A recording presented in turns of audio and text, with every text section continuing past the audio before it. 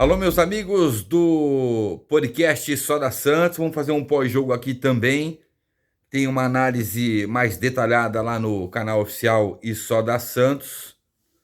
E eu quero bater um papo com vocês que são inscritos aqui também, que estão se inscrevendo aqui também, ativando as notificações. É importante estar inscrito lá e estar inscrito aqui. Cara, eu não vou reclamar dessa derrota, não. Eu não tenho por que reclamar dessa derrota. Muitos falavam que o Santos seria atropelado, goleado, humilhado pelo Palmeiras, com recorde de público lá na Arena do Palmeiras e tudo mais, um time mordido, que só disputa o brasileiro, assim como o Santos só disputa o brasileiro, vem de eliminações, né, que mexeram com o ambiente no Palmeiras, tal, que surgiram questionamentos. Mas eu não vou reclamar porque, primeiro, a história poderia ter sido outra se o árbitro de vídeo fosse correto em chamar a arbitragem de campo para marcar ou para analisar pelo menos o lance do Danilo em cima do Soteldo no primeiro tempo. Na minha visão, foi pênalti claro. O Danilo usa as duas mãos para desequilibrar o Soteldo, quando o Soteldo aplica ali o drible dentro da área. Quem não lembra, o Palmeiras está reclamando de arbitragem de vídeo há muito tempo, né? Talvez isso tenha ficado na cabeça, tenha influenciado. O árbitro de vídeo tinha que interferir, na minha opinião, porque foi pênalti claro em cima do Soteldo. Tá? Tirando isso, foi um Santos inteligente em campo. A gente tem que pensar, pegar as últimas partidas, colocar do lado desta. Um clássico complicado, torcida única na casa do adversário, líder do Campeonato Brasileiro, que tem jogadas fortes, taticamente e tecnicamente é superior ao Santos, e o Santos conseguiu incomodar o Palmeiras, porque o Palmeiras não conseguia a principal jogada dele, que era pelo corredor, explorando velocidade de atacantes como Dudu e Rony. O Palmeiras não conseguia pelo meio, porque o Santos bloqueou bem o meio, né? Então, taticamente, o Santos conseguiu segurar o Palmeiras. E, melhor, coisa que não víamos, o Santos incomodou o Palmeiras. Com o chute do Lucas Braga no primeiro tempo, o Santos guerreou, o Santos batalhou. No segundo tempo, o Soteldo arrumou a expulsão do Danilo, tá? No arranque, aos 15 minutos. Mas a partir daí eu vi um Santos com aquele vício de recuar. Tava com vantagem numérica, mas recuou, deu campo para o adversário. Isso precisa mudar, gente. Tá? Isso precisa mudar. E aí o Palmeiras gostou do jogo e acabou marcando um gol. Um gol que, na minha opinião, teve dois vacilos ali, do Maicon e do Madison. Tá? Maicon perdeu o tempo da bola na cobrança, quando ela foi colocada na área, e o Madison deixou o atacante do Palmeiras dominar e finalizar. Tinha que ter encostado, jogado o corpo ali, bloqueado, antecipado. Inclusive, o Madison, tecnicamente, ele teve uma queda violenta, né, gente? Comenta aí embaixo. Violenta. Quando era técnico do Santos, o Lisca disse que o Natan estava acima do peso e tal. Mas está na hora de mudar. Tá? Um banco pode fazer bem ao Madison, tá? O Madison é um jogador importante na bola aérea ofensiva, defensiva também quando ele está bem. É importante em dar profundidade para o Santos, encostar com quem joga pela direita aberto. A gente não vê esse Madison há muito tempo. O Natan, nos 5, 10 minutos que ele jogou, a gente percebeu que ele está com um pouquinho mais de disposição e tem mais técnica e faz mais a função de lateral do que o Madison. Então acredito que o Orlando Ribeiro vai dar uma olhada nisso. Outro que destoou foi o Zanocelo, outro que merece um banco, porque tecnicamente caiu. Não que ele não tenha potencial, é um menino de 21 anos, que vinha jogando na posição errada. Ele teve até uma movimentação interessante no primeiro tempo, mas tomou um amarelo, mas não se posicionou bem em termos de fazer transição rápida, de entregar a bola rápido para o Soteldo, né? Dava muita bola para trás e isso atrasava muito o jogo do Santos. O Camacho não, o Camacho foi bem. Eu sempre critico o Camacho aqui, não sou a favor da renovação de contrato dele, mas foi bem, pegava a bola, ele verticalizou mais e procurou entregar com mais qualidade para o Soteldo, com mais rapidez. Para o Soteldo, que era o homem de criação e funcionou muito bem, méritos do Orlando Ribeiro. que percebeu o que todo torcedor do Santos havia percebido, que o setor de meio de campo é o setor menos produtivo da equipe, conseguiu fazer com que o Santos tivesse mais qualidade na entrega de bola para o ataque. O Marcos Leonardo continuou preso ainda entre os zagueiros, se movimentou, saiu muito da área, finalizou uma ou duas vezes, né? Então, mas tem que ser um jogo criado para ele. Eu vi um Lucas Barbosa muito mais tático do que técnico, tecnicamente também fraco.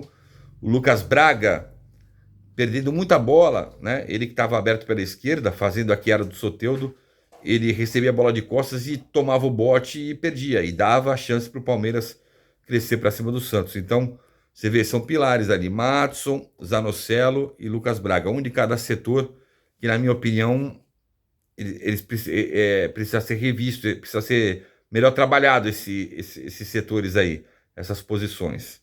Ah, o Santos tem peça para repor, para conseguir igualar, melhorar isso aí? Tem peça. Tem peça. A partida que o Camacho jogou hoje, ele pode tranquilamente jogar ao lado do Rodrigo Fernandes. O Santos tem um meia, tá? Não o Santos com 3 volantes, como vinha acontecendo.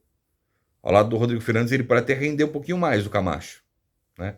Tendo um meia de armação. O Soteldo está convocado pela seleção da Venezuela, então não enfrenta o Atlético Paranaense.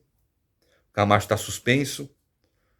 Vamos ver se reaparece o Sandri, né? Hoje a gente já viu o Ed Carlos no banco de reservas, mas não era um jogo para ele. Ele é um jogador de mais cadenciar, de mais encontrar espaço, não de dar velocidade para o jogo. O Luan a mesma coisa, não era jogo para ele.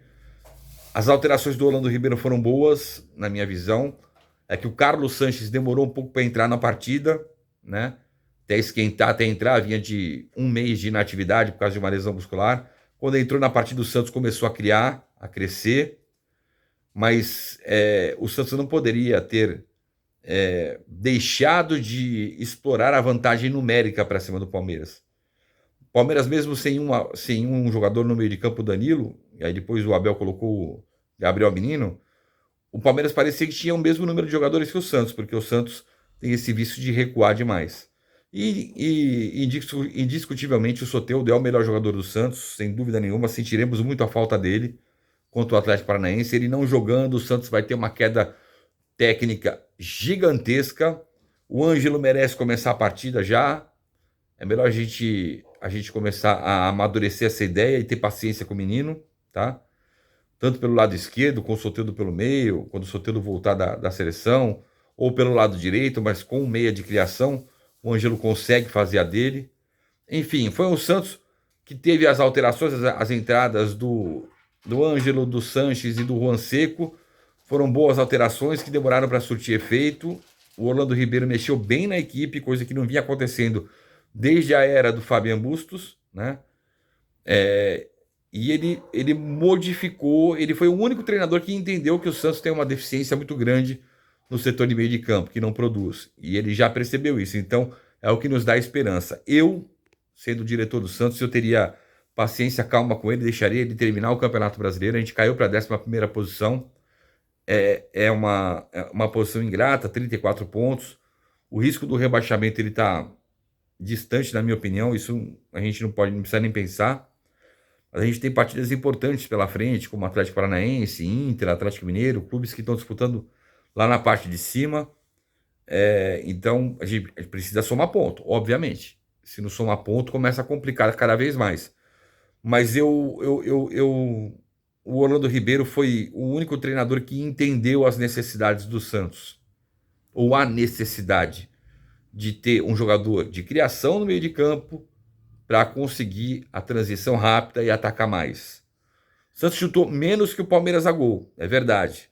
Mas o Santos levou mais perigo para o Everton do que o Palmeiras levou para o João Paulo, né? Essa é a verdade, ou houve até um equilíbrio aí, se a gente pegar os números. O equilíbrio que eu digo em chutes que resultam em defesas dos goleiros, né? O Santos levou mais perigo que o Palmeiras nas finalizações. Esta é a minha opinião. A sua está aqui no comentário.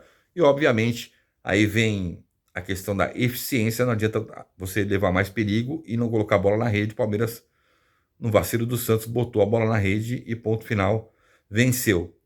Mas eu não vou criticar aqui porque a gente tem que estar num momento onde a gente encontrou um treinador que estava na base, que entendeu as necessidades do Santos. Espero que continue entendendo essas necessidades e que continue em evolução. Tem aí a semana toda para treinar, é a segunda semana dele. Aquele negócio do Santos buscar treinador, executivo de futebol, tirou um pouquinho os holofotes dos treinamentos. O Orlando Ribeiro trabalhou sem pressão, com tranquilidade, já surtiu um efeito, já tem um dedinho dele ali da mudança tática na equipe e pode ter muito mais contra o Atlético Paranaense no próximo fim de semana. É a minha opinião. Perdemos, mas batalhamos, guerreamos. E há muito tempo a gente não via o Santos guerreando e batalhando. Perdemos. Perder não é bom. Mas pelo que vinham falando, que o Santos ia ser atropelado, isso, aquilo, 1-0 é aceitável. É aceitável, porque a gente pegou o líder do Campeonato Brasileiro, repito, na casa deles, com recorde de público pagante e tudo mais. Só que os caras ficaram tão irritados com a maneira com que o Santos conseguiu jogar e bloquear o Palmeiras, que até no final o técnico deles foi expulso mais uma vez, né? A gente tem que pesar também esse lado da evolução, né? Foi um time totalmente diferente do time que vinha sendo comandado pelo Lisca, o que fica claro, bem claro, que os jogadores não topavam o esquema do Lisca, que não tinha um padrão, um time bem diferente de quando era treinado pelo Bustos, que também fica claro, muito nítido, que o Santos não pode ter buraco no meio de campo. Então a gente vai se ajeitando aí e vamos ver a próxima evolução, se tivermos evolução contra o Atlético Paranaense, que é um adversário difícil, finalista da Libertadores da América. Então a gente precisa somar pontos também para pelo menos tentar encostar ali no G8. Vai que sobe um G8 aí para Libertadores. Vai saber. Tá certo? Um abraço, inscreva-se aqui no canal e vai lá no canal oficial História Santos. Dá uma visitada lá, tá certo? Um abraço, valeu!